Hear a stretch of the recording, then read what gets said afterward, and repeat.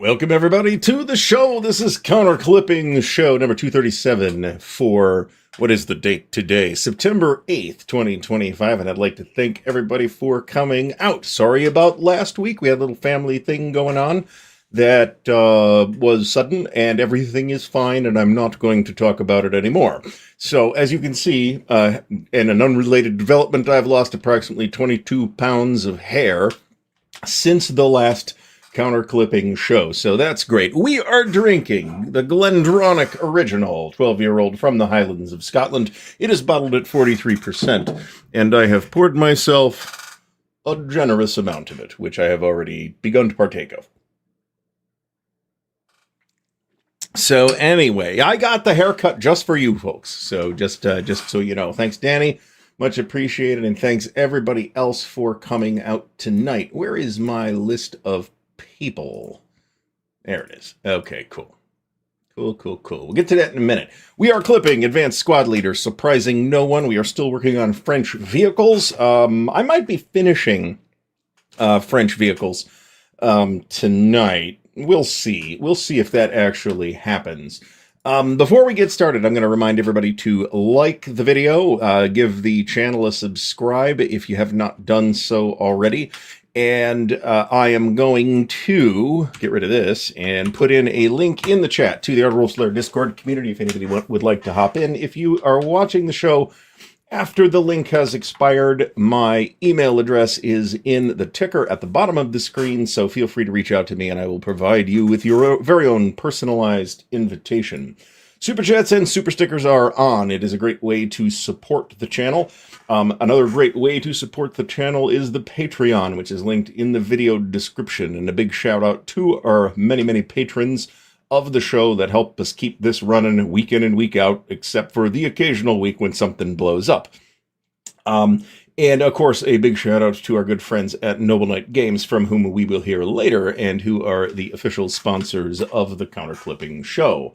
So, before we go any further, let's say hello to Charles Latora, Chris Yap, Christoph de Klerk, Daniel Silverthorne, Danny Seckery, Dave Poirier, David Zell, E.L. Eric Goebel, Grunyard Rich, Henry Hartman is here, James Conway, James Whitmer, Jason W., Jeff Anderson, Jeff Beeler, Jeff Edwards, Joe Hammond, somebody popped in, Bayonet Brandt from the Armchair Dragoons, John Haas is here, John, thanks for stopping by, John Nolan, John C. from the sunny Philippines, Jonathan Dyer, Carl Crater from the Wargame Bootcamp, Lee Grant, Mark McNair, Meandering Mike, Michael Avanzini, Michael Karlowski, Michael Schmaus, Neil Badke, Paul Dangle, Perfidious Ablian, Sean Sullivan, Sofa Kings, Stacking Limit is, of course, in the house as our intrepid moderator this evening. Stephen Duncan, Stephen Rochelle, Stuka Joe is here. Joe, thanks for stopping by. Tim Zales, Vince Ree, William Aarons, and William Bird. And I apologize to anyone who I have missed. As usual, it is YouTube's fault. So, I'm really happy with the way the Ardwulf Lair. I run like 5 Discords. Okay, there's only 2 of which actually require any real attention on my part. One of which is the Ardwulf Lair Discord community, which has really been really good. We have had almost no drama at all, and what very little drama we have had has been very minor. So I have never had to throw anybody out. Nobody has been an asshole. I am just delighted with the way that has worked out. For those of you who are into war games, Ardwulf Lair Discord community, hop on in. For those of you who are more interested in RPGs, we will be there is an RPG Digest Discord community already, which I kind of had started, and we are getting closer and closer to an actual launch. I was actually working on content for that today, and speaking of content, we'll have some news. So, if you are not signed into YouTube, which I assume you are, then you can hit the thumbs up. I don't know. Could be something screwed up on YouTube's side, that stranger things have occurred. All right, so in news, I have one official piece of news, and I'm going to throw this I'll throw a link in the chat in a second here, but let's talk about A Forlorn Hope. This will be the first inaugural release from Warfrat Games, and it's quite a ways away yet. It's like 6 months away. But this is a push-your-luck board game with Herman Luttman design about World War I, war in the trenches, and it looks very promising. So here is the link to that if you would like to learn more about it. There's a way to notify yourself here at the top to get a notification when it goes live, which, like I said, is quite a ways away. And I'm sure we'll talk more about this when it gets closer. But I'm very curious to see what Ryan and Wes over at Warfret Games have cooking. In addition, this and anything else that they have cooking. I'm sure I'll speak to Ryan before too much longer, if you know what I'm saying. All right, so we've had relatively little drama on the RPG Digest Discord server as well, but then again, I was pretty selective about who exactly I invited. So, and there have been some additional invites sent out since then, but it's been solid too. I'm not sure what I really want to say about that particular content yet, because we haven't launched yet. But the folks here on this show will, in fact, be the first to hear about it when it does occur. So let me pull this down, and we will get back to the show. All right, yeah, they were showing it off at Origins, but I really didn't do anything other than look over and say, oh, well, it's Herman's design, so I'm sure it's going to be good. I have stuff to do now. And Jeff Beeler will be at the Niagara Board Gaming Weekend, January 15th to the 18th at Niagara Falls Convention Center. I think Art Lupinacci is either involved in running that or is running that. And from what I know a couple of additional people who have been there, and they say it's a very nice show. So I look forward to hearing reports about it. Reading those reports here in my basement in Akron, Ohio. So you did, yeah. So we're going to have a convention light year next year. I'm reasonably certain, but hopefully it won't be quite as light as only Origins and Winterfest. We will see.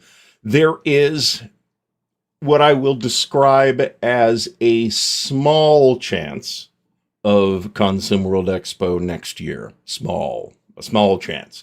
I am not able to rule it out quite yet. So we will see what happens, news as it develops. All right, so Herman's done a number of things, including In Magnificent Style and the Rangers game at Point Oak. This looks good too. So those are well-regarded games by themselves. ArtyCon, I don't know, man. We'll see what happens. I got to get the other channel off the ground first. So before that can happen. So not soon. But when and if an ArtyCon occurs, it will not be like, hey, folks, come on over next weekend and we'll all play OCS together. So there will be like months of notice when it happens. So Marty clarifies that Art does run the Niagara Board Game Weekend. He also says the new venue is less than ideal, $20 a day to park. But if you leave, you have to pay again. The on-site food looks dire. I mean, is it going to be worse, however, than the WBC food?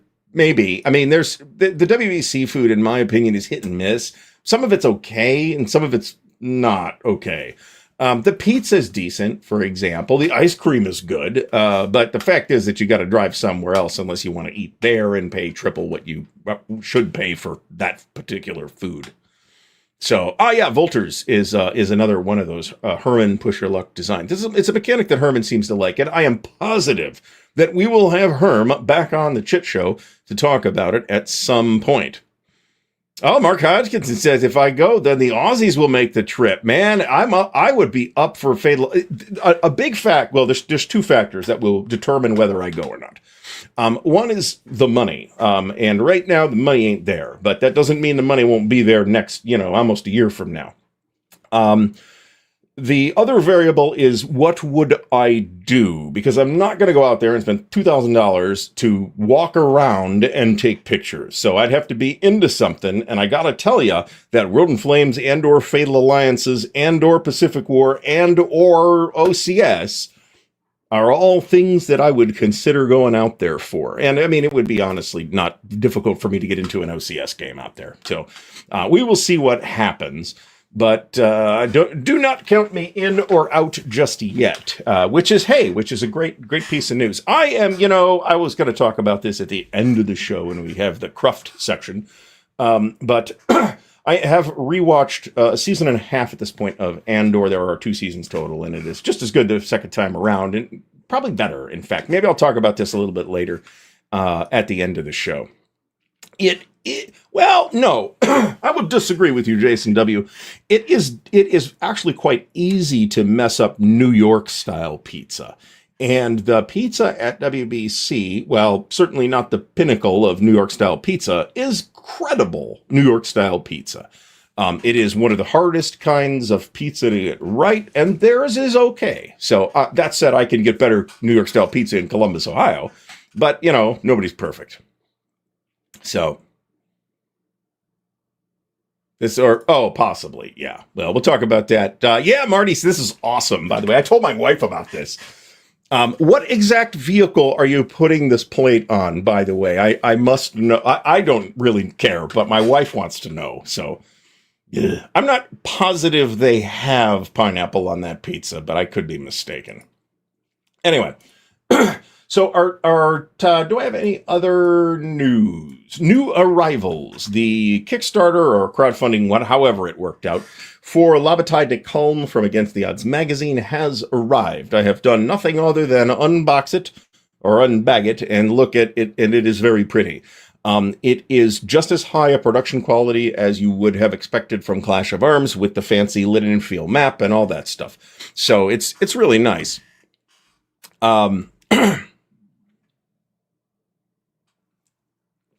Murderbot is much funnier than Andrew. I watched Murderbot 2. Maybe we'll talk about this at the end of the show. Hold on a second. Let me flag that for later. Okay, Danny, DeChechos is good. I will vouch for DeChechos. Other than that, I have not been particularly impressed. So I did get Labatide de Calm. I got an order from Noble Knight, which was exclusively Traveler stuff and Ars Magica stuff. I stopped buying Ars Magica stuff when we stopped playing Ars Magica, and I am catching up now. And fortunately, most, not all, but most of those books can be had relatively cheaply. So I spent like $100 and got like 8 of the books I was missing. So that's cool. Nothing else new has arrived, but I will have there are some new arrivals that are coming at some point. Danny says Luigi's. I will investigate. That is worth investigating. I'm always up for finding good food, as you probably are aware. So, Joe Okabayashi, welcome back to the show. And Brant mentions that By Swords and Bayonets was on the table at the monthly Wargame Day held down in Cary, North Carolina. So, this is a serious concern. Murderbot is fun, and there's actually I think it's a bundle of holding on the Murderbot books right now that might still be going. I'm not sure if it's a Humble Bundle, or I'm pretty sure it's a Humble Bundle, thinking about it. And I bought a bunch of those. So... Okay, so Lee Grant, thanks so much for the support. Are we talking about the Ridley Scott Napoleon movie? Because I'm signed up for Apple TV Plus right now, and I could watch the extended edition, which I am a little bit tempted to do to see if it improves. After all, Kingdom of Heaven is a far better film in the director's cut than it was in the theatrical release, much less disjointed. That said, the people who I talk to about this kind of thing say that it wasn't a dramatic improvement in this case. So... yeah, awesome. We actually talked about it. Steve Carey, that we had on the show last night, talking about mostly Blind Swords, spoke glowingly of By Swords and Bayonets, and is in fact a GBACW fan too. He just kind of leans into Blind Swords nowadays. So watch that show if you haven't already. And if you haven't picked up By Swords and Bayonets, I imagine it's going to evaporate from GMT sooner rather than later. So you might want to do that. I have no idea. The site I go to is justwatch.com to find out where shit is streaming at the moment. That I can tell you. Well,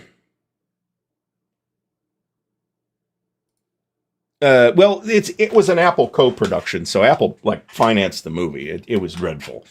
So we'll see. I may or may not watch it, but I'm paying for Apple TV Plus. That said, I gotta watch Masters of the Air yet, and I haven't done that at all.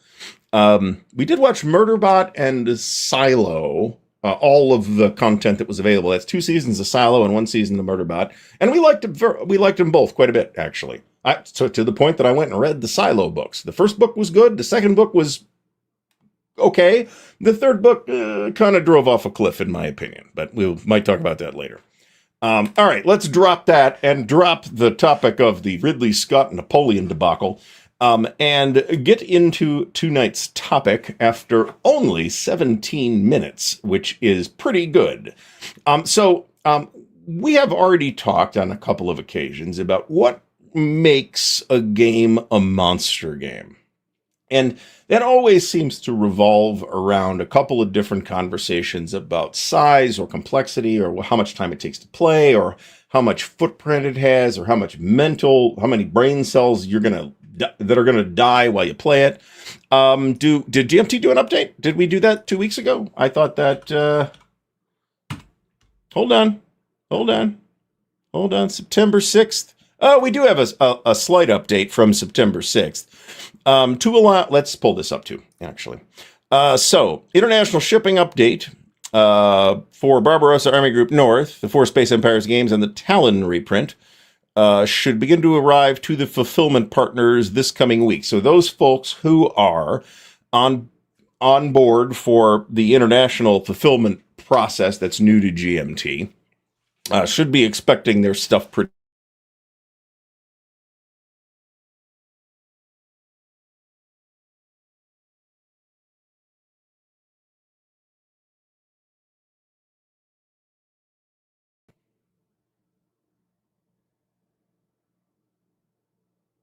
All right, I have no idea what just occurred. So we will.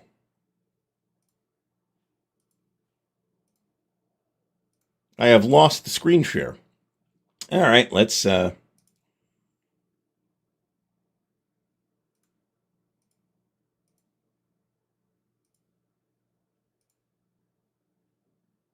the fuck is going on here with StreamYard? Hold on a second.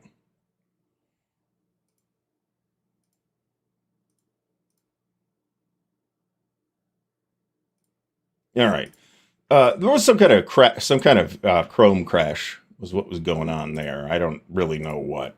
I will reshare the screen. All right. Back to this. And I missed this because I've had a lot of stuff going on over the last week. And no, I am not on the fiber yet. We got to get that scheduled. So anyway, so they're going to charge the next batch of P500s. This is the important part of the update.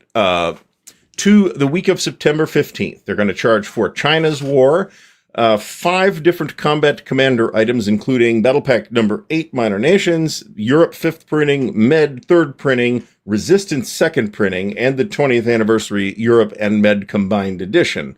As somebody that doesn't own any combat commander products, I would buy that if I was in the market for such a thing. Also, finally, Cross Bronx Expressway, which really does look cool, and Hubris, which also looks pretty awesome. And that is pretty much it for the update.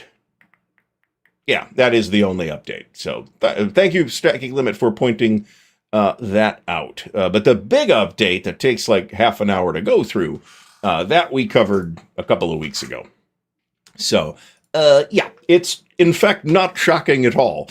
On top of that, this computer is... So I'm not sure who has, kept up with this, but there is a particular generation of Intel i7 and i9 processors that are flawed badly enough that they will eventually just fucking croak.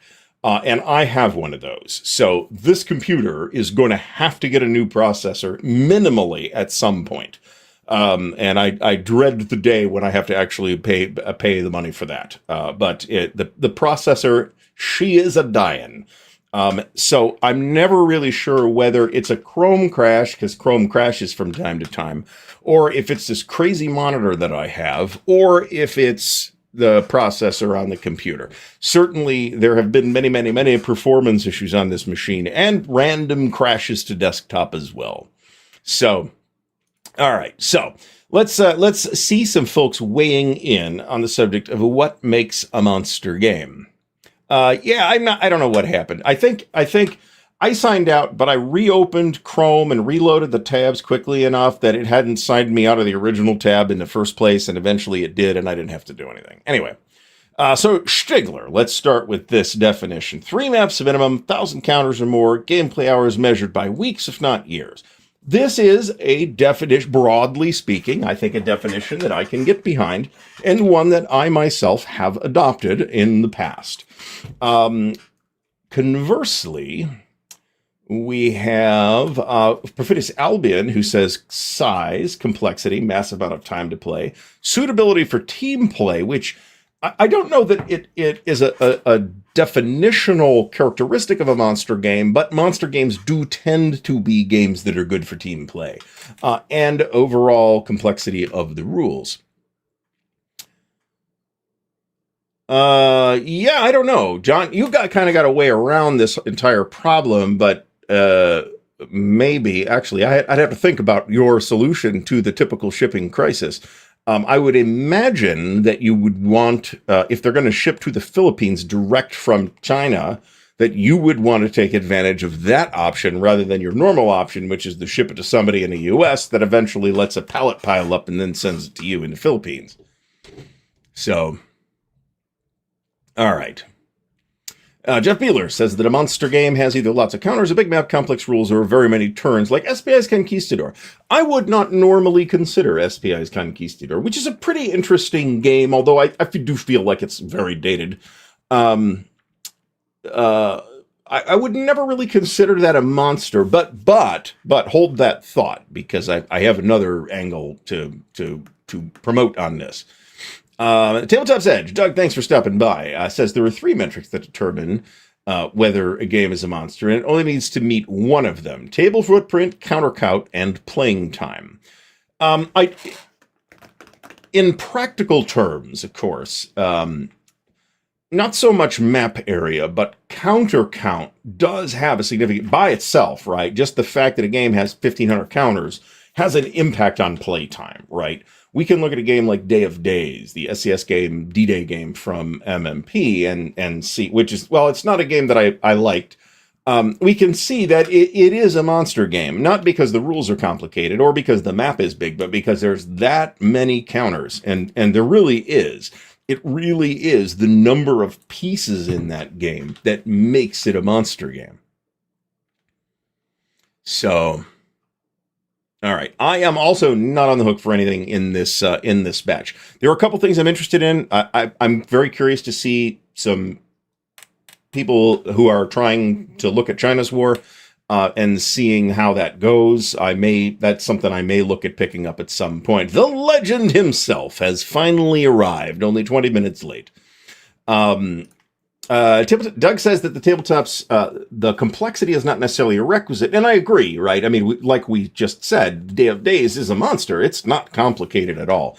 It does have a relatively high number of game-specific rules as SCS games go, but even with that game-specific stuff, I still don't think it's particularly complicated.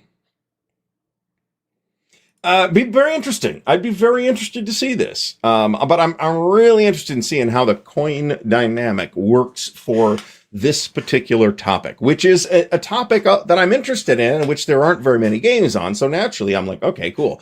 I'm interested in this. I mean, I picked up War of Resistance, the Europa game on the Second Sino-Japanese War. So I must therefore be interested in it.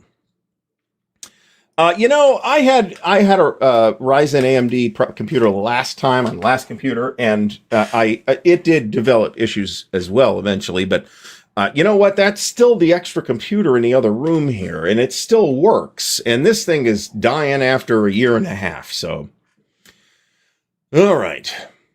If I could grow a decent goatee, that would be great. But the fact is that I cannot. I got to level with everybody. I cannot grow a decent goatee. Sideburns, I can do that. I can grow some Burnside level sideburns, but goatee, not really. All right, so Perfidious Albion, ASL monster scenarios. So I would certainly consider, ASL is not a monster game, but there are scenarios, historical scenarios in particular, that I can think of that absolutely are monstery, right? Red Barricades, which is the one that I've played some of. Where's my whiskey, damn it?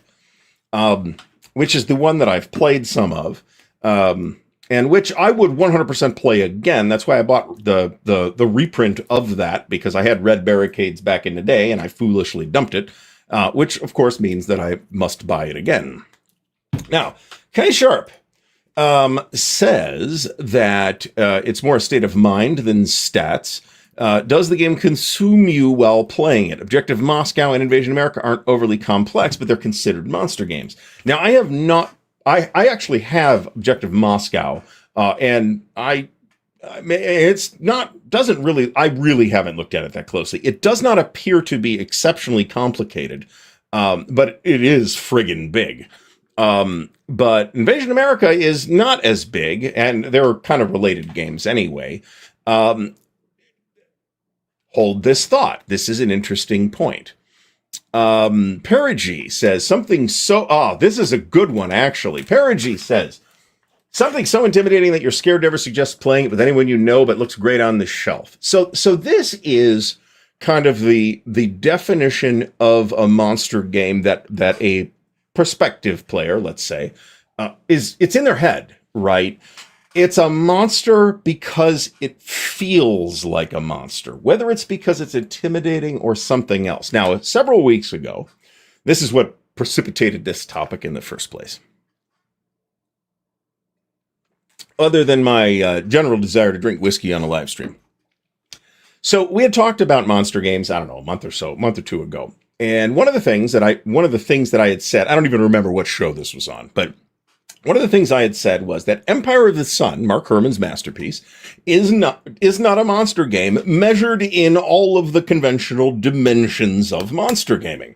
Well, some folks in Italy, I believe, sent Mark an email about that show and about my comment, and they basically made the point that, to us it is a monster, and Mark told me I got all this from Mark, and that's a legitimate point. I'd say that a game that physically doesn't... Now, I wouldn't use the term monster for this either, but I'll get to that in a second. A game that feels really epic, regardless of size, some folks are going to feel like it's a monster game, right? And I think, frankly, Empire of the Sun is one of those games. So tonight's actual topic is, what other games have that massive epic feel without having the characteristics that we associate with monster games, like having 5 maps and 3,000 counters, for example. Empire of the Sun is an obvious, to me, an obvious example. I think some folks might feel that way about... Victor Games Vietnam, the Nick Carp Vietnam 65 to 75 is, I think, a monster in this sense, but I think it's also a monster. It's only 2 maps, but it's going to take a long time. If you play the campaign, it's going to take a long time to play. It's going to feel probably like a slog, but I think that is historically appropriate for the Vietnam War, right? Stigler doesn't think complexity is necessary for a monster. Those huge East Front Divisional core level games aren't chewy, they're just huge. Well, OCS is, to take my, best understood example, it is not a simple game, right? Although it's not that complicated, once you kind of grasp OCS and the internal logic of the OCS mechanics, I think it's very easy to play. And at that point, it becomes a question of mass, right? Which is what Stigler's talking about, where they're just enormous, right? So me and Fucko played at WBC last year. We played Luzon. And what did it take us? Like an hour to play through it? I mean, and, I was rusty and he was probably less rusty.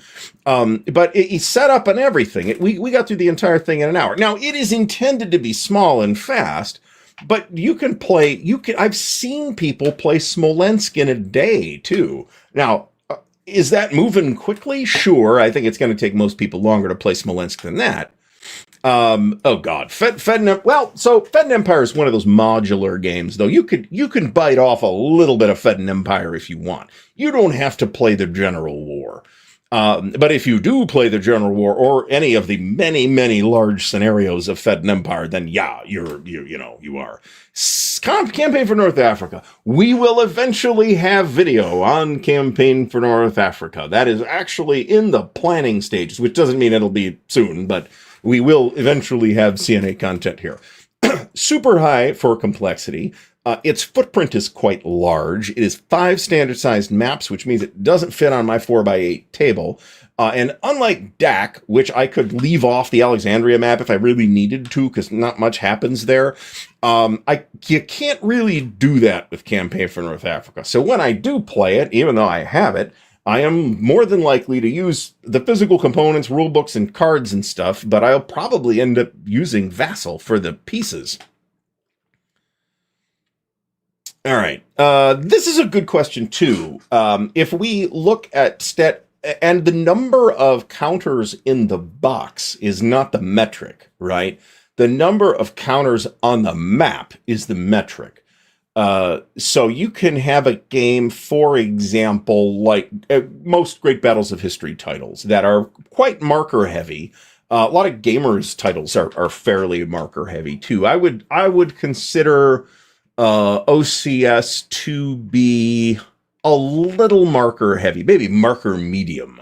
And those markers count as like load. They count as workload. Managing markers is not necessarily less effort than managing the unit counters, right? Crossing the line from VUCA, a small map, but good question. I do have this. I haven't played it. Is everybody else get pop-up ads all over the chat? That's bullshit. I don't know anything about that. So Proud Monster is a little bit of it's totally a monster game, by the way. But I think that was Ty's play on the title, right? So Proud Monster, remember, is a big East Front game, covers the whole East Front from 41 to 43, I think, and then the sequel game covers most of the rest of the war. The interesting thing about that was it appeared in Command. The original version appeared in Command magazine, right? Jerry James, welcome back to the show. What's happening is we're having a show and I'm drinking whiskey and we're talking about monster games, which is one of my favorite topics. Setup time 100% is a factor. It took the 4 of us 5 hours, which is 20 man hours, to set up Case Blue, for example. And, that was a teamwork where one person's sitting there with the book, one person sitting there looking for the counters, and a third person is actually putting a counter on the map.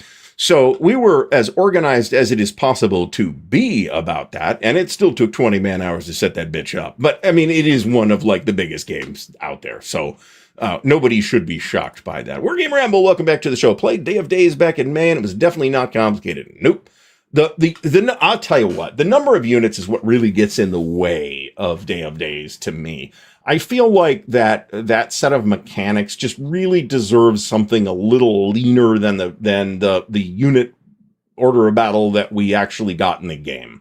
I think it would have been a better game if it had been slightly rescaled. Let me put it that way. It didn't necessarily have to be small. But at the is it company? I'm pretty sure it's company scale. That's just a lot. D-Day at company scale. And I know it only covers like the first week, or the first 10 days or something like that. But man, it's just so much work for so little payoff, and it takes so much time to go through. But it's not complicated at all. Nobody's going to be confused by the 8 pages of rules.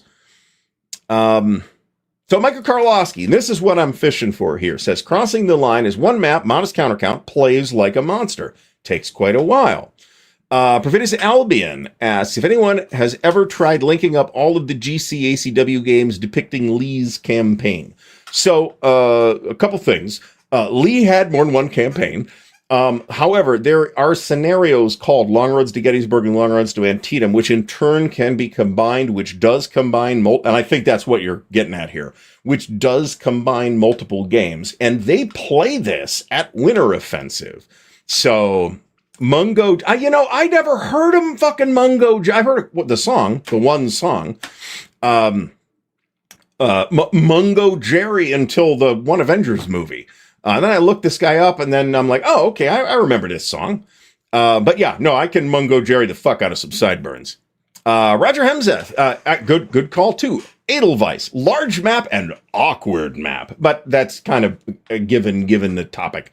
It does have not as many counters as you'd expect. It's not just that it's a lot of maps. I think there's 3 3 full-size maps and like multiple little partial-size maps that you tack into various corners, as I recall. If you look at the BGG listing for Edelweiss, you'll see a diagram of the entire map. You're like, oh, that's going to be awkward to fit on any reasonable table.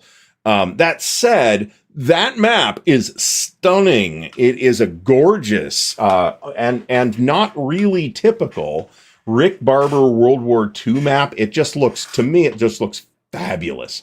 I bought the game based on the strength of that map alone, to be honest.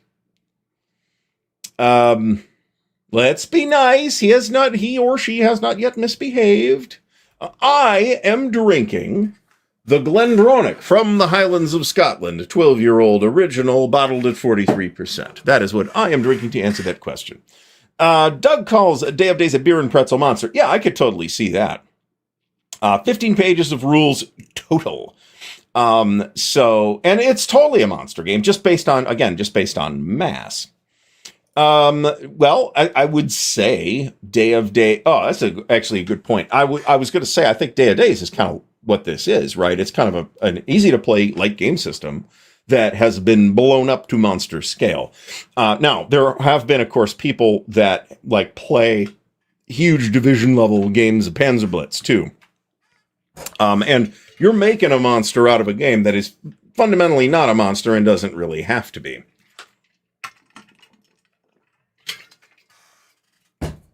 So Paris Baropoulos says that the original definition of monster is Europa, and he is correct. The very first game that we talk about as a monster game that came out was GDW's Dragonok Austin, which was 72 or 73, something like that. That eventually was followed up by Unentschieden. I think that's how it's pronounced. I'd have to see the actual word. But those were eventually turned into Fire in the East and Scorched Earth in the 80s, which is, I think, a more definitive experience than the originals, although there are still people that prefer the originals, too. So Carl is playing Barbarossa Army Group Center. Carl, I'm real curious. Oh, it's totally a monster. I mean, especially if you're playing the campaign. The nice thing about those East Front series games is they all have manageable scenarios in them that aren't necessarily going to take you forever. But the campaign, yeah, that's going to take a while. I think I can't get the Army Group North full campaign map loadout onto the table, but I haven't actually tried it yet. One of these days, I will procure a bottle of Jameson's, and we will have an Irish night, because I am 4% Irish, too. So, that's actually a good one. Flat Top has a tendency to feel epic. Even though in terms of counters on the map, counters on the map in Flat Top is a complete red herring, because that's got nothing to do with how the thing plays. You are tracking a great deal on tracking sheets and displays and stuff in Flat, at least the way we play it, because we made displays for the carriers and the air bases and stuff like that. So, all right, John MC, we are not talking about this stuff on this channel. So, not because it isn't interesting or important, but because that is not what we are here to talk about. Thank you for the input. Please leave that alone. All right, Chris Yap says GMT's World at War is in fact 4 maps if you play in the whole thing. It's 2 in Europe and 2 in the Pacific. I do think that there's a lot of truth to this, right? That Wargame Ramble says that he thinks most people tend to think of monster games as shelf trophies, and I think there's got to be some truth to that, right? You see a game from a designer you like, or a publisher you like, or about a topic you're interested in, and it's really big and seems impractical, and sometimes you push the button anyway, even though you know that you are not necessarily likely to actually play it. That said, while it is challenging to play, as I've said many, many times, while there are additional challenges to playing monster games that you don't face when playing Panzerleader, you can still do it, right? There are avenues to do it. There are places you can go to play monster games. So, and Emperor of the Sun is scary, right? Because it's the kind of game where the mechanics all kind of work together to produce the game's aggregate effect And until you really kind of understand how at least most of those pieces are interrelating, it's going to seem very mysterious. Uh, it's more that than it is that Empire of the Sun is particularly complicated. I don't think it's particularly complicated, but it does have a big rule book. So I don't know that there's people that they tried to do this at Winterfest some years ago, before my time, and I would have loved to have seen it, but it sounds like it was a shit show. The one of the reasons why they're doing the second editions is that the interface rules for fit the various games together wasn't quite as airtight as it should have been. So, Vicky, thanks for stopping by. Hey, I said the same thing, and those guys argued with that. And you know what? I can't necessarily say that they're wrong. I just wouldn't use the term monster for that. I would use the term epic. Le Grand Guerre. Yes, indeed. Epic in scope, in terms of in all dimensions. Le Grand Guerre is a monster game. I do have it. I will play it one day. And boy, I'd love to, man. I'd love to play Le Grand Guerre. This is a good point, actually.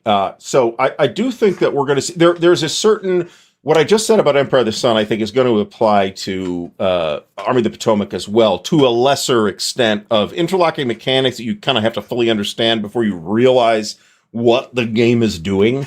But yeah, you are going to feel like you have participated in an epic experience if you play out that grand campaign in Army of the Potomac. And I played some of it at WBC last year. It's terrific.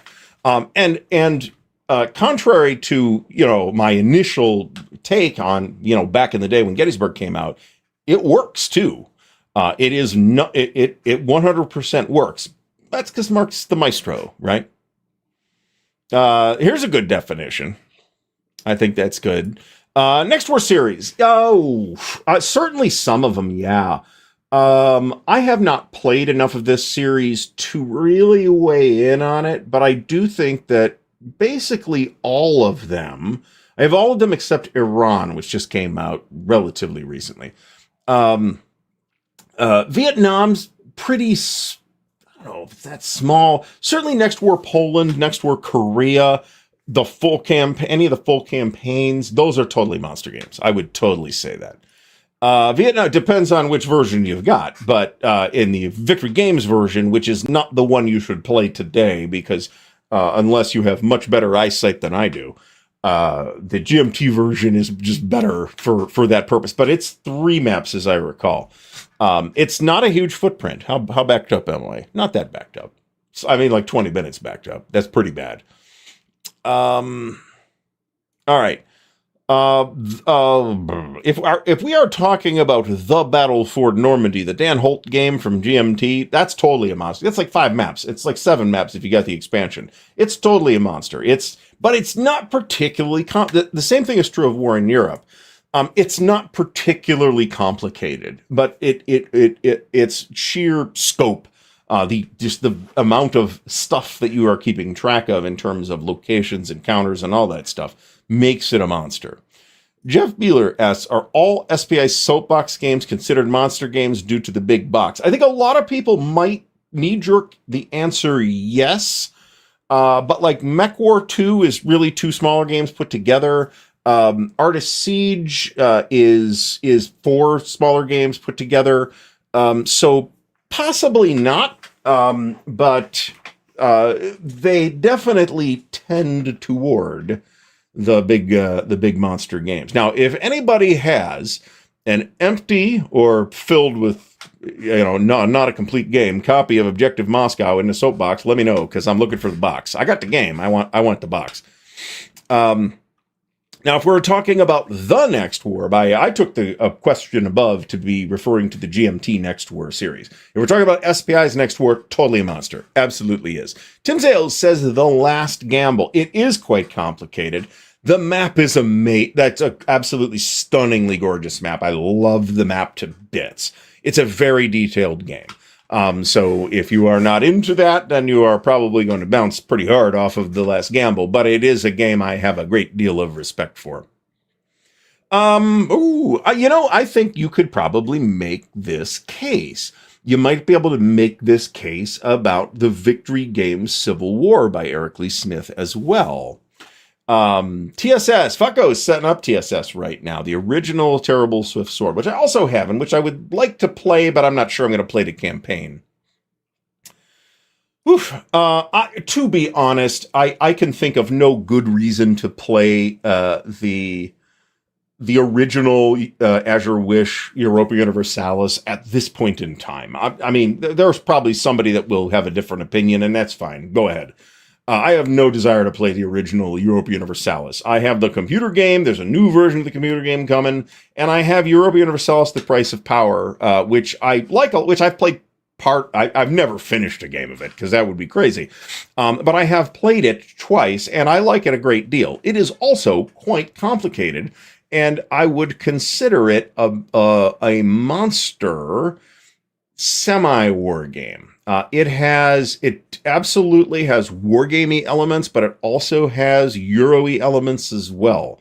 But we've seen there's plenty of war games that have some kind of Euro mechanic in them somewhere. So I don't tend to think that this is a good criteria, just the box size. But then again, I've been complaining about the boxes being too small from various companies for a long time now.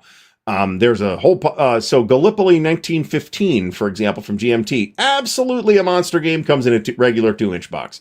Good luck fitting all those pieces in that box. Here I Stand. So I have played both Here I Stand and Virgin Queen. I could see how that might feel like a monster. I could see how Paths of Glory might too. Sword of Rome I actually haven't played. Clash of Sovereigns I also haven't played, and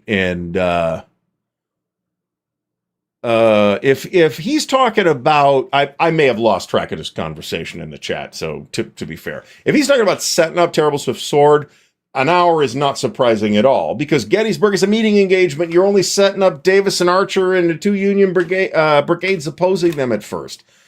So I do think monster game is a relative term. It is interestingly, however, a term that I do not see Euro people applying to Euros.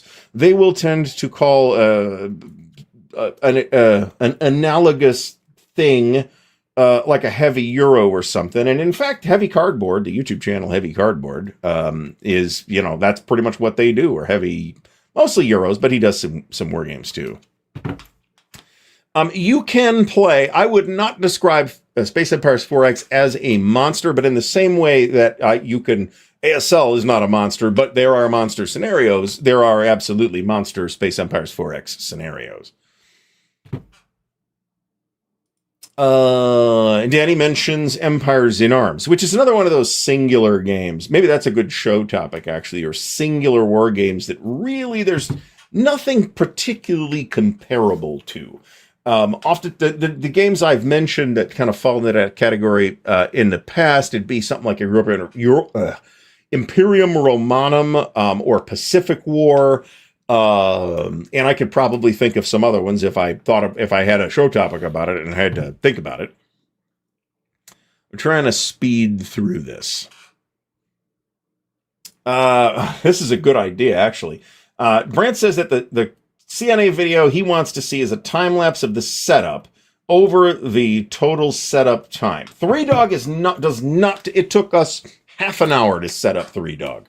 I mean, there's like 5 people at the table, so we had the hands to do it. But again, it's a meeting engagement. You don't start, if you start at the beginning on the first day with Heath against Buford, you don't have that much to set up. So that kind of makes Gettysburg an attractive battle in many respects. Everything else is going to end up marching onto the board at some point in the game. I would feel, again, in the sense that I am talking about tonight, I think Army of the Potomac will feel like a monster game because it's epic.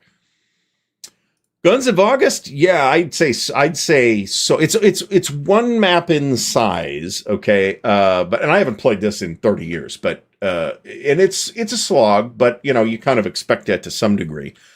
It's one map in size, so it isn't a huge footprint per se, but there are a lot of counters in it, and it's a slog. So it is going to take you something in the vicinity of 50 hours to play through that game. And when we're talking about 50 hours of playtime, then yeah, I think we're looking at monster territory here. All right, we're trying to catch up.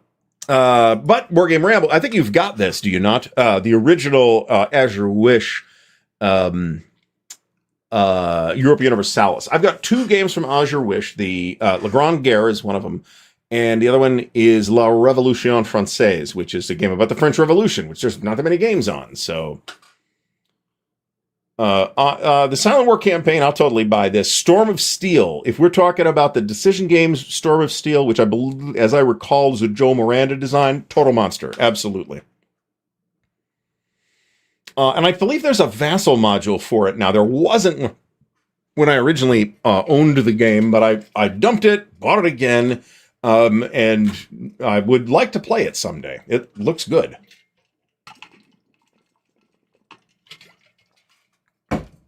All right. Graffiti's Albion says, monsters, especially for these large strategic World War II games, go into detail of production, logistics, politics, national morale. They can. They don't necessarily. I would, for example, there's another good example of a one-map game that ends up being a monster game is Unconditional Surrender. And it just, that's the pace it plays at, right? I like the game a lot. I wish it played faster than it does. There's another nice thing about the gamers in particular is you can generally count on a large number of small scenarios, even if you cannot necessarily play the entire campaign. There are the Voltron Monster games, where games are joined together. Well, we do have Forgotten Battles, Third Winter, and Crimea. And eventually we're going to get the Hero City as well to complete the quadrilogy, and I'm very much looking forward to that. Probably going to talk to Tony before too much longer, so we'll see where they are on that. For several years in a row, I would show up at Origins with the giant. I'm not even sure you remember this, Brent. With the giant sideburns, or maybe you do because it was very distinctive, and people would recognize me because of the sideburns. Maybe I'll do that again someday, but I haven't done that in a long time. Eric Goebel, I think, is talking about Der Weltkrieg here, and I would say that if you play the whole box of the East Front, that's a monster as well. But Western Front is, because it's going to take a long time to play if you're going to play the whole, all of World War I, right? It does have it's a one map, but it's got a lot of counters. It's got just as many counters as the East Front does on 6 maps, or whatever it is. I do? Which member of Deep Parade? It ain't Richie Blackmore, I can tell you that. Perry Sprapolis' first monster was Drangnok Austin. I mean, yeah, it's intimidating, but it was simpler at the time too, so... I mean, I would totally agree with this. I mean, we're talking about pretty much, Troubles of Sword or Three Dog or whatever. Not that there's that many regimental scale, or Last Chance for Victory or Fateful Lightning, I think, are the other regimental scale Gettysburg games that cover all 3 days of the battle. A little less solid on Fateful Lightning. I have Fateful Lightning, but I don't have. Somebody gave me a PDF of the rules, actually. That's what I was missing. I had the maps and counters in the magazine. The Creature That Ate Sheboygan. Joe, it took 37 minutes for somebody to do this. So, I think about YouTube Premium, but I've never done it, and maybe I should. I watch a lot of YouTube, Lord knows. Less so now, because I got my own stuff that I'm working on, which I have not generally had... I'm not in a mode where I'm working with YouTube running in the background, generally speaking. Right now, I'm finding that more distracting than helpful. All right, so we are at 8:55 p.m. Eastern Time. So I think right now what we're going to do is we're going to hear from our good friends at Noble Knight Games, the official sponsors of the Counter Clipping Show. Well, I do my best to catch up on the chat. So take it away, Noble Knight. Here at Noble Knight Games, we've been carefully growing the world's largest selection of board games, role-playing games and dice, war games, miniatures and paints, card games, and more. Going on 25 years now. Our rustic castle contains more game and hobby goodness than you can shake a stick at, complete with careful packaging and the finest customer service the land can provide. You can buy, sell, trade from anywhere in the world, just like nature intended. Noble Knight Games. All right, big thanks to our good friends at Noble Knight, who are our official sponsors. And I'll remind everybody that there is a link in the video description that is a Noble Knight affiliate link. If you are going to buy stuff from a Noble Knight anyway, you just click through to get to their site. You click through my affiliate link, and I get a little bit of a kickback in the form of Noble Knight store credit, which helps to keep the channel afloat, quite frankly. So it is much appreciated for folks to use that. And people, I have been pleased and a bit shocked by how well the affiliate link has done, to be completely honest about it. John MC mentions that he appreciates GMT's effort to arrange alternative ways for gamers outside the USA to get their orders. Yeah, I think this is a great thing that they're even trying to do. Garrison Ven, we have actually mentioned a bunch of the ASL historical modules will end up being monster games. I don't have my ASL in the Nook anymore. I've got Valor of the Guards and Red Barricades, and I'm not sure if I have another. I've got several other ones, but those are the big ones that I have.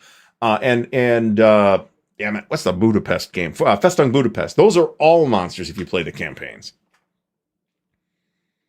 Is Twilight Imperium considered a monster war game? All right, folks will probably complain about me saying this, but I do consider Twilight Imperium a war game. It certainly has Euro aspects, but it is more war game than Euro, in my opinion, at least up to the 3rd edition, which is the latest edition that I've played. There is a 4th edition out now. That said, you can play it in a day. It does feel fairly epic, so I think it's kind of on the edge. My inclination would be to say no, but it definitely feels epic, and it's definitely got a lot going on. But considering that you can play it to completion, even in 3rd edition, in about 8 to 10 hours, I think no, but there are folks who will feel differently about that. So, all right, there you go. Hey, the kid's pretty sharp, apparently. Is there a conflict which doesn't have a monster game on it? He would suggest the American War of Independence. I actually agree. It does not. This is a really good question, actually. So if we think there's a million World War II monster games, and there are at least a number of World War I monster games, plenty of Civil War, plenty of Napoleonics, most Labatai games or GBACW games are monster games. In both cases, not all of them. There are smaller examples of those series. Tons of those.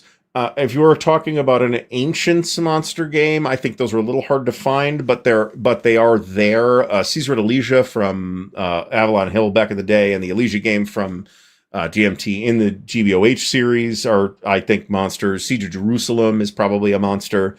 So while there's not a lot of ancient monsters, there are some.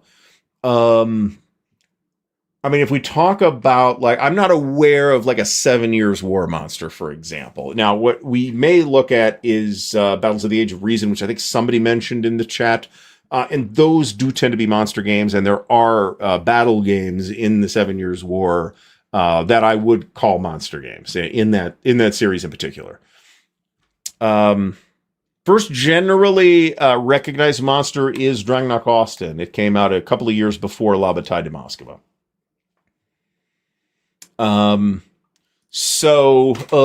This is a really good question. I'm gonna have to think a little harder about this. I can't necessarily think of an example, but American War of Independence is a good example where I don't think there is a monster game.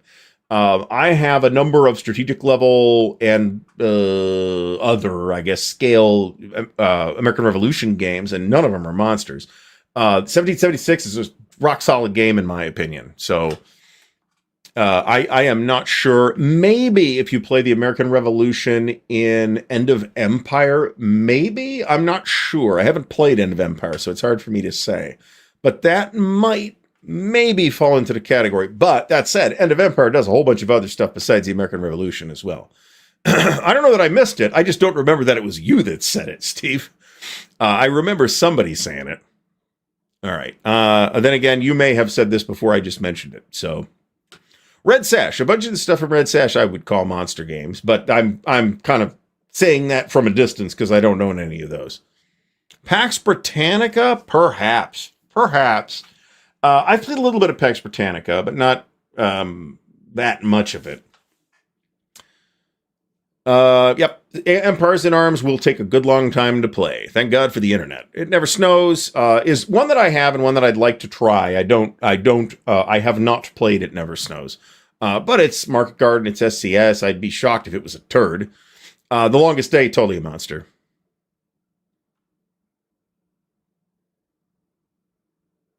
All right. We did not succeed in catching up by very much here. Knock Paris. Yeah, I would call that. As well as the very similar in scale and topic 1914 Offensive Outrance from GMT, the Mike Resch design, which is something else I would like very much to play at some point. GDW's original Operation Crusader, I did not realize how big that game was back in the day. I just knew, yeah, they did a game on Operation Crusader. I don't know anything about that subject, so I didn't look into it. That game is huge. Compass is redoing it. I'm not sure where that's at right now. Here's a list of SPI monsters in the soapbox. War in Europe, War in the Pacific, Operation Typhoon, Atlantic Wall, Wacht am Rhein, Objective Moscow, all of these, The Next War, all of these are monsters. Terrible Swift Sword, Bloody April are monsters. Most of the games that SPI released, either in the soapbox or in multiple flat trays, are in fact monsters.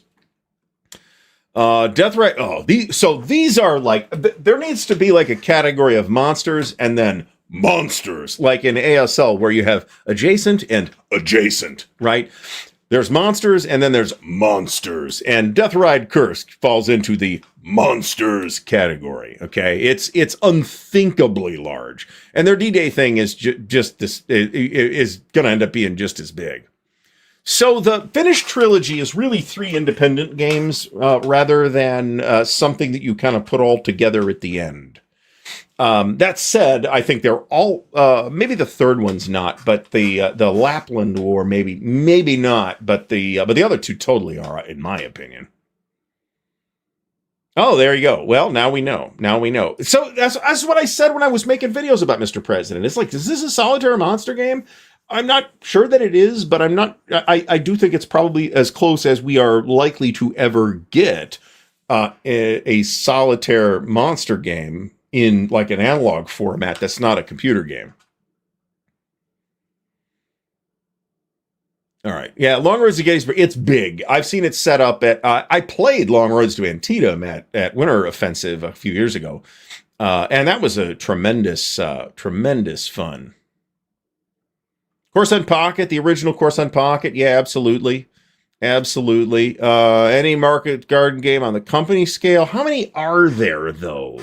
I mean, there's GTS, which is covered it at the company scale, but like the Over the Rhine from the new Goss game that'll be out, I think, next year.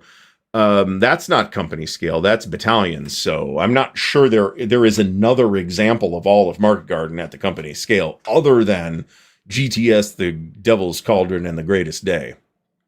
Ian Pace, the drummer for Deep Purple. I'm not sure who that is. I have actually been listening, however, to some of the early Deep Purple, and their early stuff is actually quite interesting. I don't know that I want to take this as a compliment, however, looking at this dude. How is the new Coruscant Pocket? It's pretty much the old Coruscant Pocket, right down to the same map. I took some shit for saying that, but it's the same map as far as I can tell. Without a physical copy to compare it side by side, I can't tell that it's not the same map. The counters were redone, and they are redone nicer, but the gutters are really small, and I think there's probably a lot of problems with the registration. But I looked through Fucko's copy and did not really see a registration issue. But the gutters are really small, so. Oh God, you could do that on you could do Knock Paris on one of these, no problem. The Fate of All. I really want to play that too. I gotta be honest. This is fair now. This is actually fair now. To be honest, however, I probably should ask them for a fresh clip. It is much appreciated, Vince Ree, and anybody else who has used the affiliate link. Like I said, that's keeping my gaming afloat at this point, given how tight everything is. And thank you, Danny. Don't forget to smash that like button. Clip that like button. That sounds stupid. I can't keep saying that.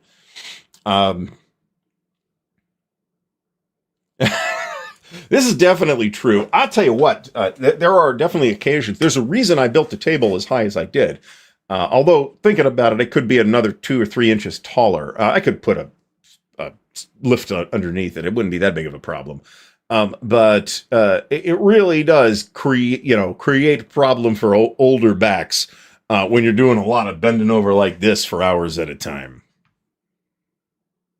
Bloodreef Taro. So I've got Bloodreef Taro now. I have not it is punched.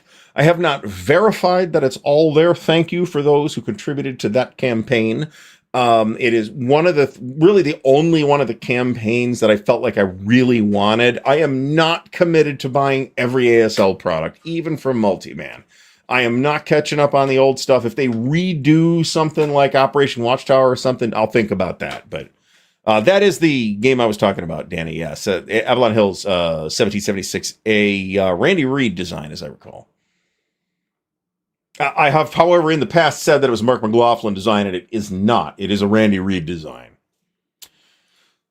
Rob Johnson, this is the most important question to ask about monster games. Do people think that the added overhead of a monster is worth the time and space commitment? I feel like it is. However, the way I would say that is that I think for me, it's more about the fact that you are playing one game over multiple sessions, and it is a game that you keep coming back to.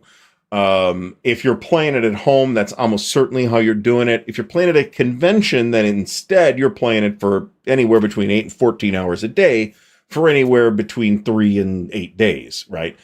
Which is a different experience. And I think really maybe the best and most interesting way to experience a monster game. I would encourage anybody to go to a convention where they play big monster war games and try it and play a game for several days. It doesn't have to be Case Blue. It could be Stalingrad 42, which will take a couple of days for most people to play. But the fact that you never kind of have to step away and go back to your life, with the exception of eating lunch and dinner and occasionally using the bathroom and going for coffee, you could pretty much stay focused on that game. And I think that's a really cool experience. This is true, actually. This is a thing. I actually did a map sort of concept for a monster American War of Independence game. And then when I started looking at who's actually fighting, the unit density would end up being super duper low. So the map I did was right to the recycle bin. It went in a rubbish. Yeah, that's good. Well, okay, this is true, actually. There are Battles of the Age of Reason games on Monmouth, Brandywine, Germantown, and at least one. I think might be another one, and those might be modern. Those might be considered monster games. They are not the biggest BAR games, although Monmouth is fairly big, as I recall. There was an S&T game on the War of Jenkins' Ear, actually. There's not only one, so there's at least two. And War of Jenkins' Ear is, I might be misstating this, is a sort of wing of the War of the Austrian Succession. And I think there are War of Austrian Succession games that do include it as the North American theater of that. But a game on the War of Jenkins' Ear, I'm only aware of two. Whatever Red Sash did, and the one thing that was in S&T maybe 7 or 8 years ago. I might be wrong about the exact date. I don't know.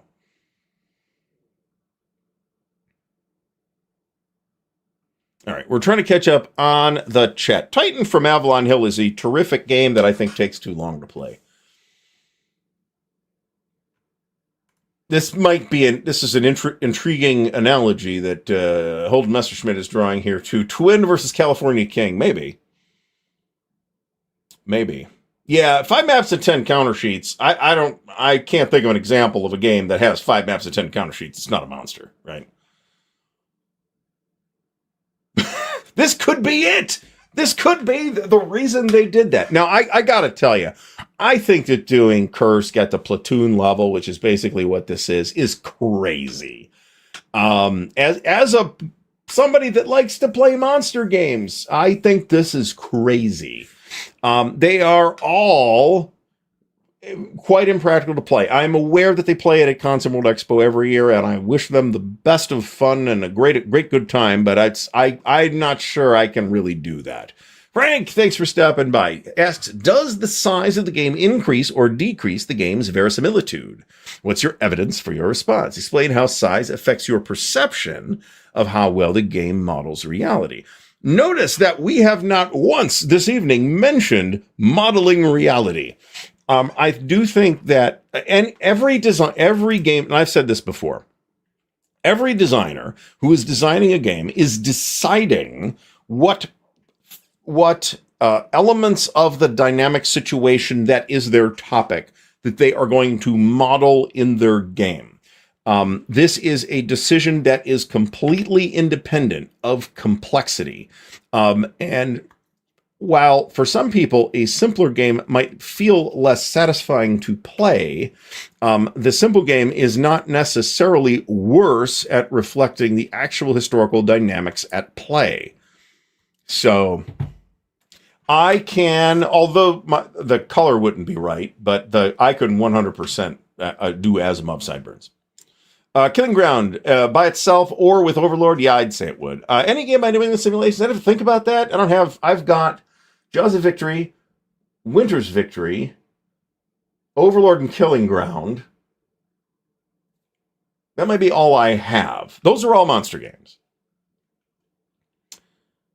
Dresden and Danube are ones I have not owned or really have seen, so...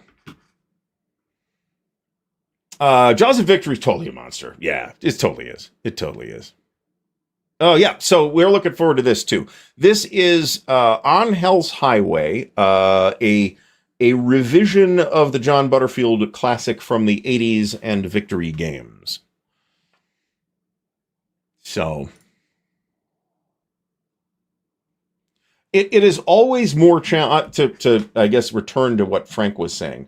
It is always going to be a bigger design challenge to design a simple game than it is assuming everything else is equal. Okay, you have a game that is going to simulate factors X, Y, Z on whatever your topic is. Right?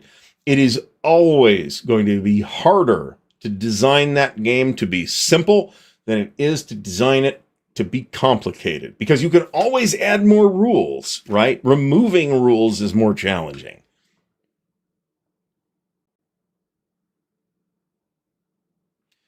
All right, so, and this is another practical thing. I'm not doing that, okay? My back, my knees, my hips, and my ankles will no longer be comfortable performing this activity. So if it comes to that, I'll split tables, and that is fine. I do not have a problem with that.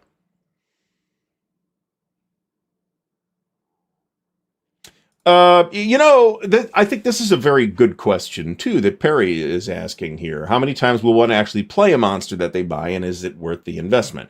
I have always, I'm not talking about, like, noodling. I'm not talking about, I have just bought Army Group North, and I'm going to play the first scenario that's on the 1 8.5 by 11 map card with 15 counters. That's not really what I'm talking about when I say playing the game makes it worth it. If you play, like, the big scenarios, if you put 20 or 50 hours in it over the course of the next couple of years, then I think you are getting your money's worth out of it.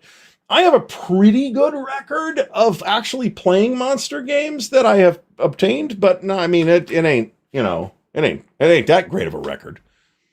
All right.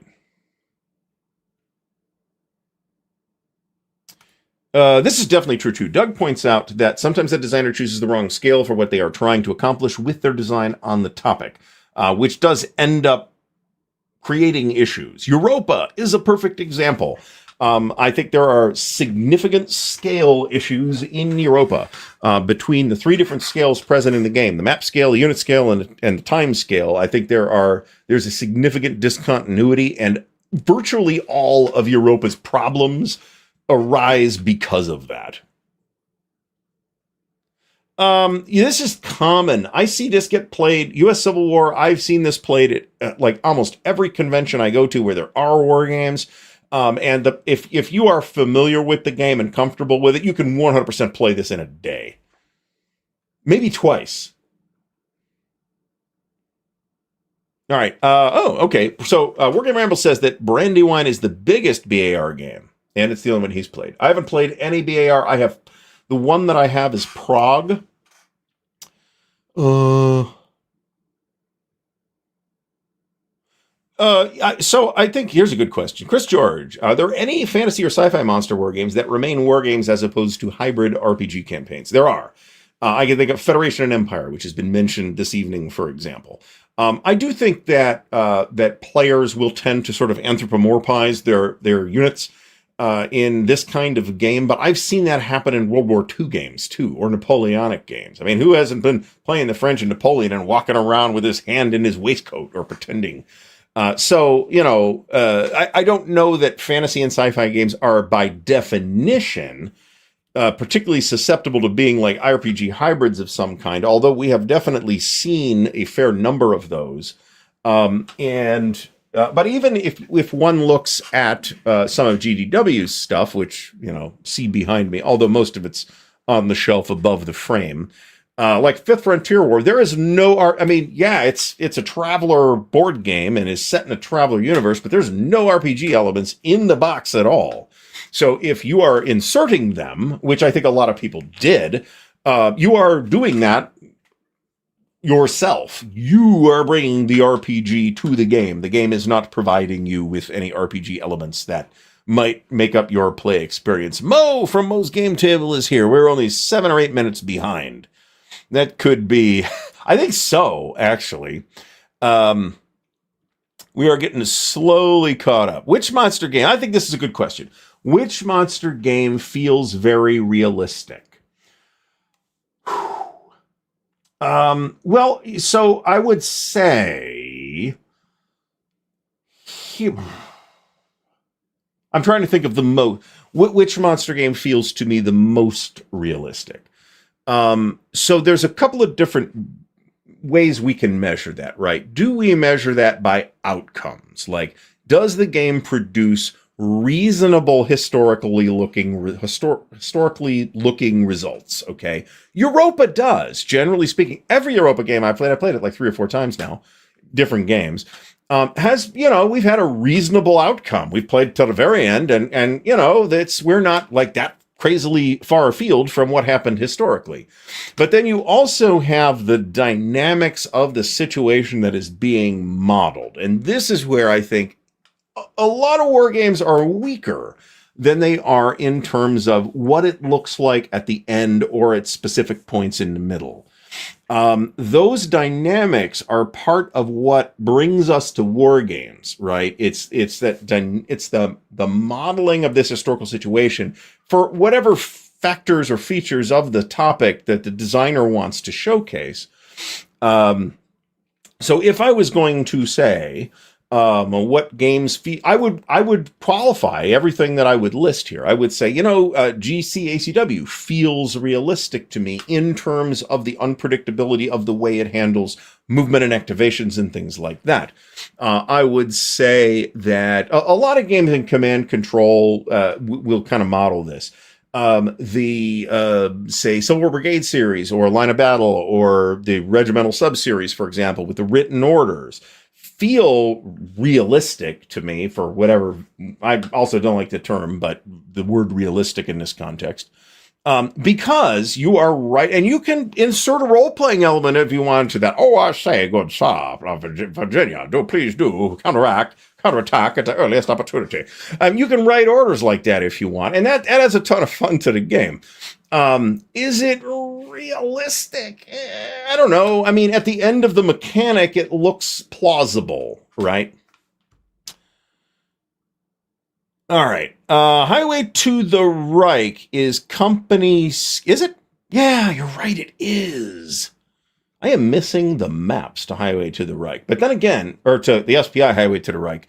But then again, this is a little bit in bad taste, Mike. Let's lighten up on that.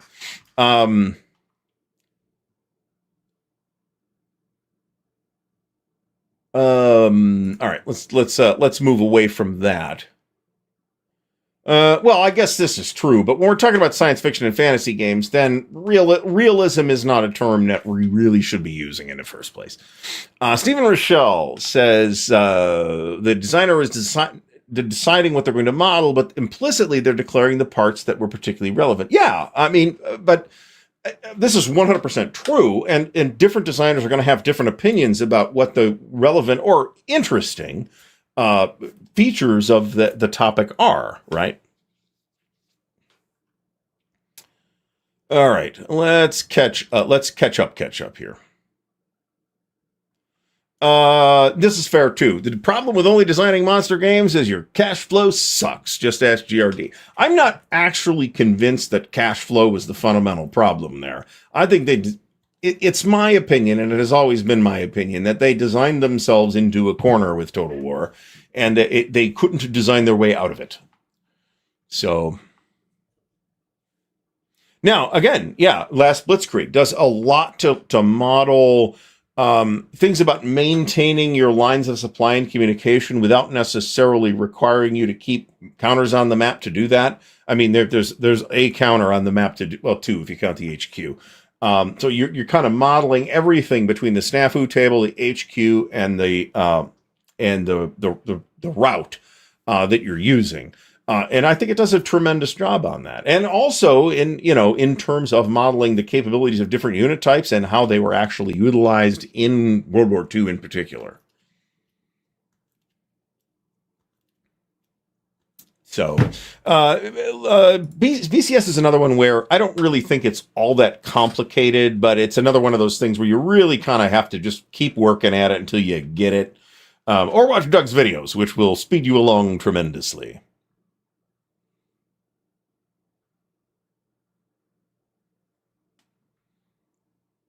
Frank, you got a lot of people talking tonight.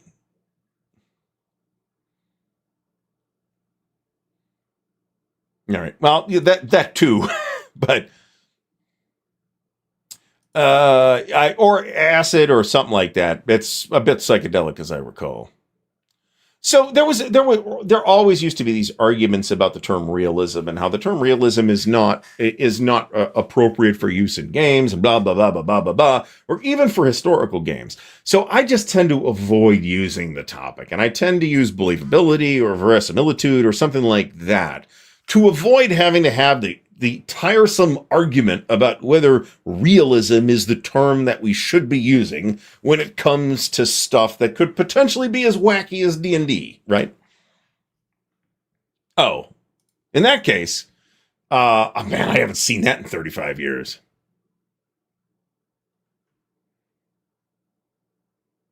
So you are hereby benedicted into forgiveness, Mike Reed. So thank you for that clarification.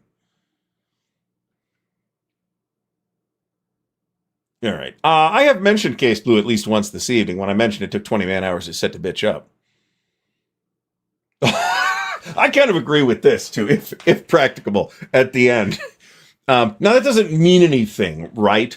And let's face it, the written orders as they have been employed in like the Dean Essig Civil War series, all three of them, as Dean never really advocated for some kind of like strict mechanistic interpretation of those orders. He always advocated for a reasonable interpretation of those orders. Take that hill. form a defensive line and prepare to repel attackers. That kind of stuff in whatever particular location. March to this, right? It's impossible to mechanize that in a perfect way, and Dean didn't try, to his credit. So it's one of those reasons why those are not particularly popular games for like tournament play, because Dean always advocated for playing with people that you can actually play with, and not jerkwads who are going to like try and game the system. Now, up to a point, you are expected to game the system, right? And where we draw that particular line is a good question. But there are rules. The Godzilla rule in OCS is exactly intended to cut that off. Where I'm going with the topic, and we're about to wrap the topic up in the next couple of minutes here, and I am caught up on the chat as well, is that we use the term monster game, but we really mean something pretty specific when we say monster game. But along with a monster is a certain expectation of what the experience is going to be like, that we're going to have this big, epic experience. And we don't necessarily need to have 5 maps and 3,000 pieces to do that. It is possible to do it with a comparatively much smaller number of footprint and a much more streamlined game. And again, I think Empire of the Sun is a really good example of this. So what this is folks are discouraged from like leaving unattended supply dumps in their rear. As I recall, we never really had to lean on anybody about this except a couple of times. Somebody who does a breakthrough and then sends units through the breach pretty much just to run around and stomp on the enemy supply dumps, because that is ahistorical behavior. So Godzilla did not actually appear in an OCS game. There's just a rule called the Godzilla rule. I think it's in the optional rules, I think.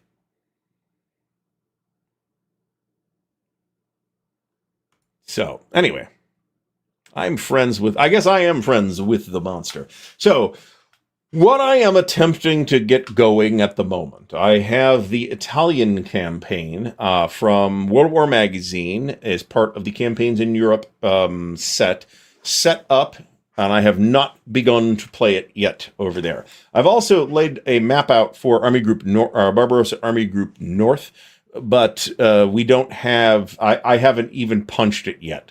I've yet to punch a single counter. However, the first thing I really want to get to is First Victories, the Glorian Empire game from Lock and Load Publishing, which looks impressive. I really want to try it, especially, I'd like to try it before 8 years elapsed between my last play of La Bataille. It hasn't been that long, but it's been 3 years since I last played La Bataille. Playing anything with the wrong people, I don't care what it is. I don't care if it's fucking tiddlywinks. It is going to result in a shitty experience. That is true of war games, role-playing games, computer games, every type of recreational activity. It's probably true if you go to a baseball game with somebody you know who's a dickhead. So, Godzilla has popped up in a couple of war games, as I recall. There is a sequel to Spaceballs in the works. I did watch History of the World Part 2, and it's like a, 6 or 8 part miniseries, and I felt like they had about an hour and a half of material in there that was actually funny, and the rest of it they could have left out. I would have preferred it to be 90 to 120 minutes rather than the 5 or 6 hours that we got. So, Dan's toilet is, in fact, a monster. So there's that. So, anyway, I've been doing, like I said, I'm trying to get, I've got a number of channel. Let's get some water. I've had a larger than normal amount of whiskey this evening, too, in addition to last night.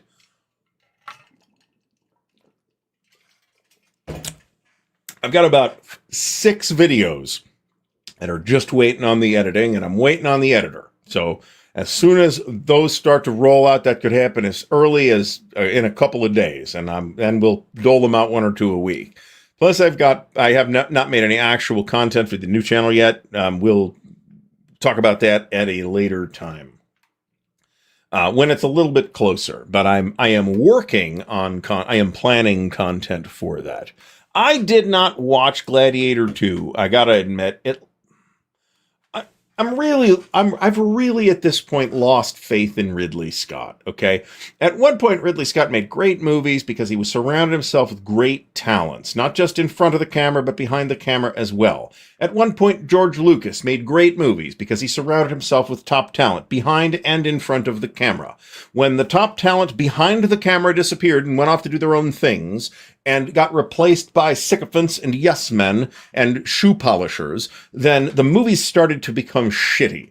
I have seen like the last 2 or 3 Ridley Scott movies. I did not see The Last Duel. I'd like to see it. It's supposed to be good, but I thought Prometheus was garbage. I thought Alien Covenant was garbage. Napoleon was garbage. I'm reluctant to watch Gladiator 2 because his last like 3 movies that I've seen have been trash. So the Duelist is terrific. I mean, the Kingdom of Heaven is terrific. There's many great Ridley Scott movies that all got made 30 years ago. The recent ones have just, I haven't thought any of them were any good. So, and I love Gladiator. I think it's a magnificent movie. I love everybody in that movie. I loved Oliver Reed and Richard, Irish guy. Richard Harris and Russell Crowe and Connie Nielsen. Everybody in there is great. And I just have no faith in Ridley Scott anymore. So Alien is an all-time classic movie. 100 years from now, people will still be watching Alien, okay? I have, and Blade Runner. I have no doubt about that. Will they be watching Gladiator and Prometheus? No, because those movies are rubbish. So I had an interesting reaction to Prometheus in particular, because there's a certain quality of a film or book or whatever that will like, immediately shut me out. And I'm like, that's it. I'm done. And I walk away. And that's if the people that wrote it are stupid. I got a real issue with that. When the stupidity shines through. And I thought Prometheus was exactly that. Now, a lot of Prometheus's issues are the fact that it is a prequel to Alien. It isn't a prequel to Alien. Now it is a prequel to Alien again, and nobody could make up their mind. But The Duelist, I will happily recommend The Duelist. It is a terrific movie. I think this is part of the issue too, is that we're just recycling old shit. So anyway, we might wrap this up a bit early this evening, folks, because the topic is done and I don't really have I've kind of mentioned what's going on with me. So I did not like Saved by Wolves, or Raised by Wolves. I didn't watch the whole thing. There are some interesting things in it. I didn't hate it, but I never got through the whole season. I'm not sure if there was more than one season or not.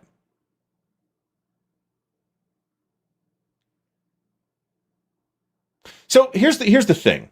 In Alien, we'll talk about this. In Alien, the human crew of the ship are like blue collar people. They're workers. They're not supposed to be geniuses. You can forgive them for, hey, I'll stick my face over this alien egg. That sounds like a great idea. It's a dumb thing to do, but this isn't like like an exobiologist making that decision. In Prometheus, you have geologists and scientists and exobiologists and professionals doing the same kind of stupid stuff. And I couldn't handle it. I thought, I'm insulted by this movie. I'm insulted by the stupidity of the characters and therefore by the stupidity of the people that wrote the script. So anyway, that's my rant about, I don't want to rant about Ridley Scott anymore, man. I really don't. Last week for the Solo Wargaming survey. So go check that out at armchairdragoons.com, folks. All right. So what's going on? We will hopefully have at least a video out this week. If not, Dan and I will be back on Sunday evening with the Chit Show at 7:30 p.m. Eastern Time. And I will be back for this show tomorrow night at 8 p.m. Eastern Time. Did I say tomorrow night? It will definitely not be tomorrow night. It will be next Monday at 8 p.m. Eastern Time. So the Alien show, you know what? The Alien Earth that's on Disney Plus, it's on Hulu, I think. I will give it a shot. I will watch an episode or two of that. And if it's garbage, I won't watch it anymore. It's fine. It's got talented actors in it, but that's not enough. Prometheus had talented actors in it too, and it was bullshit. So, all right, we are not going to continue to hear me bitch about this because nobody is here for that either. So everybody have a great rest of the night. Please do like the video if you haven't done so already, and remember the links to support the channel in the video description. Thanks to the patrons of Ardwulf's Lair. I really couldn't keep doing this if it wasn't for the support that everybody shows. And big thanks to our good friends at Noble Knight Games as well. Everybody have a great rest of the night. We'll see you all again soon.